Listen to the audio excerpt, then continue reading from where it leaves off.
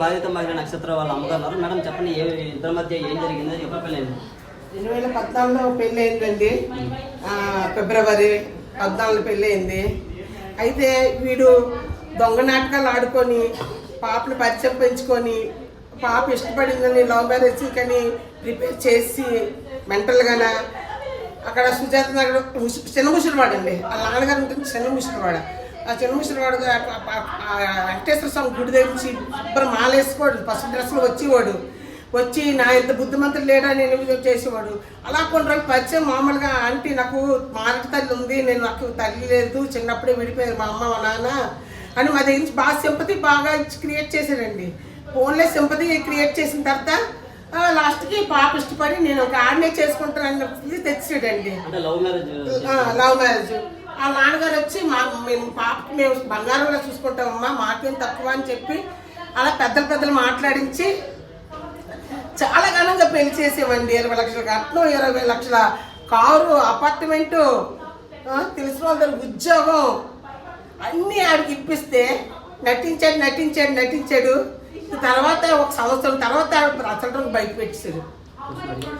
శుభ్ర కాల్చేసేవాడు అండి. ఏమైనా అడిగితే కాల్చేసేవాడు పిల్లకి. ఆ పిల్ల మాకు చెప్పేవాడు కాదండి. మా అబ్బాయి నేను దుబాయ్ వెళ్ళాం అప్పుడు.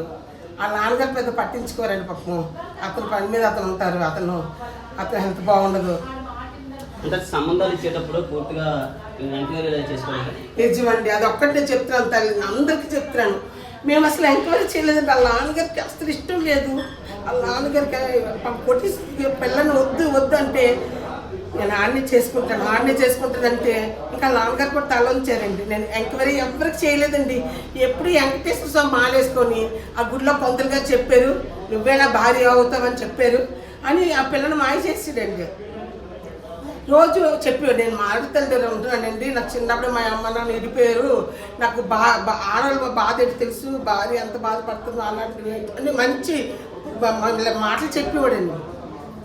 ఫోన్లో చిన్నప్పటి నుంచి కష్టంలో ఉన్నాడు కదా, మన పిల్లనిస్తే మనం అన్ని ఇచ్చి చేద్దాము అని కనీసం ఆడు ఏంటో తెలుసుకోలేదండి. మేము వెనక ముందును ఆడుతరాలు చూస్తారంటారు కానీ ఈ అదొక మేము చూడలేదండి. మాకు చెప్పేసి మేము కొట్టుకోవాలండి, చూడకుండా చేసేసామండి.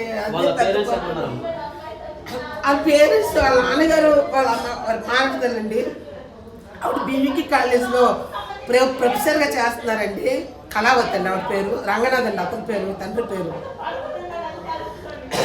అయితే ఆ వ్యక్తిగతంగా మంచోళ్ళండి, తప్పు మాట. ఈడే వాళ్ళని బ్లేమ్ చేసేవాడు. మా నాన్నకి నేను 20 లక్షలు అప్పు ఇచ్చాను. ఆ నాన్నగారేంటి మరి తండ్రి కొడుకు డ్రామా ఆడేవారేంటి తెలియదండి. మాకు అప్పు అడిగేవాడండి, తేజ చెప్పకండి ఒక 2 లక్షలు అప్పు ఇవ్వండి. అతనికి ఈ ఫోన్ ద్వారా పంపించిన ఇవి కూడా ఉన్నాయండి నా దగ్గర. తెలియదండి. ఈయన ఎప్పుడు పిల్లలు ఇక్కడ మా దగ్గర ఉండిపోయిందో డ్యూటీ మానేసాడండి. అంటే ఈయన అడ్రస్ కొనుక్కోవడం వాళ్ళ ఇంటికి వెళ్ళండి. వాళ్ళ నాన్నలు చేతులు ఎత్తిసారండి. ఆడు చచ్చిపోయాడు అనుకున్నామ్మా, మరి నేనేం చేయలేనని. ఎక్కడ కొనుక్కుంటామండి? వీడికంటే పోలీస్ అందరూ తెలిసాటండి, సీఎల్ తెలిసాట. డెవలప్మెంట్లో చార్జ్మెన్గా చేస్తున్నాడండి, అప్రెంటిస్. తెలుసు, అంత పోలీస్ తెలుసు అని మేము దిశలో కంప్లైంట్ పెడితే పోలీసుతో చెప్పించి మాకు దిశలో న్యాయమే జరగలేదండి. వాళ్ళు డైరెక్ట్గా కట్టేసారండి కోర్టుకి కడితే తెలుసు కదండి, సంవత్సరాలు పట్టేస్తుంది. ఈ సంవత్సరాలలోపు పిల్ల చచ్చిపోతే ఏ కోర్టు వచ్చిన పిల్లల్ని బతికిస్తుంది అండి. లక్కది విజయనగరం అండి. పెళ్ళికండి, పెళ్లి కొడుకుని రేపు చేస్తారంగా. ఆ రోజు నైట్ వచ్చి వాళ్ళు ఉన్నారండి, స్టే చేశారు ఇంట్లోని. ఆ అమ్మాయి చాలా మంచిదండి, పాప బాబు భర్త ఉన్నారండి. భర్త కూడా తెలిసి చెప్పిందండి ఇంత ఎదవని.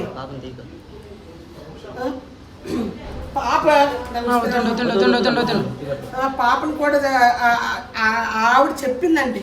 ఆవిడ వస్తే ఆవిడ కూడా నీది నాకు ఇస్తావా, ఆ రూమ్లో జనాలు ఎక్కువ ఉంటారు కదా పెళ్ళికి వచ్చినప్పుడు.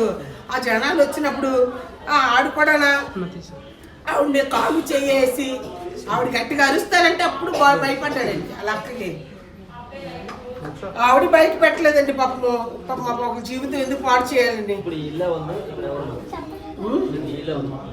ఈ ఇల్లు ఎవరితో మాకు తెలియదండి. ఇది ఎవరు ఇచ్చారు, ఇల్లు ఎవరిదో ఇక్కడ వాళ్ళకి అని చెప్తారు. మరి ఏటని చెప్పి దిగాడో, భార్య అని పరిచయం చేసి దిగాడా, ఏటని చెప్పి మరి ఓనర్ ఎలాగిచ్చాడో తెలియదండి. వీళ్ళకి ఓనర్ ఎలాగిచ్చాడో తెలియదండి. మేము వెంగేడి కొత్తరోడండి మంది. మాకు వీళ్ళకి చాలా కరెక్ట్ ఉందండి. ఇప్పుడు ఇవన్నీ మీడియాకి ఇచ్చామా, అది పోలీస్ అదేంటి ఆ పోలీస్ కూతురు అంటుంది. పోలీస్ రేపు పొద్దున బయటకు వస్తే మమ్మల్ని చంపే ప్రయత్నం చేస్తారండి. మా ప్రాణాన్ని నా కూతురుకు ఉంది. 2020 అండి. ఆడు ఇంత భరిస్తున్న అమ్మాయి, ఆడు ఎప్పుడు అమ్మాయిలతో పబ్జి గేమ్లు అండి. రాత్రి అంతా పబ్జి గేమ్లు. రూమ్కి తాళం వేసి పిల్లని కూడా రూమ్లో 2 బెడ్రూమ్లు కదా, రూమ్లో పడుకో పబ్జి గేమ్లు ఆడుకొని అందులో అమ్మాయిని ట్రాప్ చేసేవాడండి. అమ్మాయిని ట్రాప్ చేసి మాకు తెలీదు ఇవన్నీ జరుగుతున్నాయని ట్రాప్ చేసి రోజుకో అమ్మాయితో. అప్పుడు వీడియోలు కూడా ఉన్నాయండి. మీరు రికార్డ్ పంపిస్తామంటే ఒక A to Z చరిత్ర పంపిస్తామండి. A to Z అత్తతో కూడా అసభ్యకంగా ప్రవర్తించి ఎదవండాడు. నా కోసం కూడా చాలా బ్యాడ్గా చెప్పాడటండి. మాకు తెలిసిన వాళ్ళ దగ్గర తల్లితో సమానమైన అత్తతో కూడా చెప్పాడంటే ఇది అంత ఎదవండి అంటే తల్లి పక్కన కూడా పడుకుంటాడండి. మాకు న్యాయం చేయాలండి. పిల్ల ఉన్నది, కనీసం కోర్టులో కేసు ఉంది, డైవర్స్ కూడా మేము వేయలేదండి. అలాంటిది పిల్లలకు చిన్న కూతురు 7 సంవత్సరాల కూతురు ఉంది. పిల్లకి 27 సంవత్సరాలు భార్య ఉంది. ఇంత చిన్న వయసులో వీడు ఇంత అన్యాయం చేశాడండి. వీడు చేసిన దానికి కోర్టు న్యాయం చెప్పాలండి. మాకు ఏం న్యాయం చెప్తారండి, చెప్పమనండి. నక్షత్ర వాళ్ళ అమ్మ అయితే చెప్తున్న ప్రశ్న పూర్తిగా నా కూతురికి అన్యాయం చేశాడని, అలాగే మా అల్లుడికి అమ్మాయిలపై ఎక్కువగా ఉండడంతో పూర్తిగా మాకు ఇప్పుడు వరకు ఎంత దారుణం జరుగుతుందని ఊహించలేదని అయితే మాకు న్యాయం కావాలని అయితే వాళ్ళ అమ్మగారు చెప్తున్న పరిస్థితి. కెమెరా పర్సన్ సాగర్తో RTV విశాఖ. మరిన్ని వీడియోస్ కోసం ఛానల్ సబ్స్క్రైబ్ చేయండి. లేటెస్ట్ అప్డేట్స్ కోసం వాట్సాప్ ఛానల్ ఫాలో చేయండి. అండ్ లింక్ డిస్క్రిప్షన్ లో ఉంది.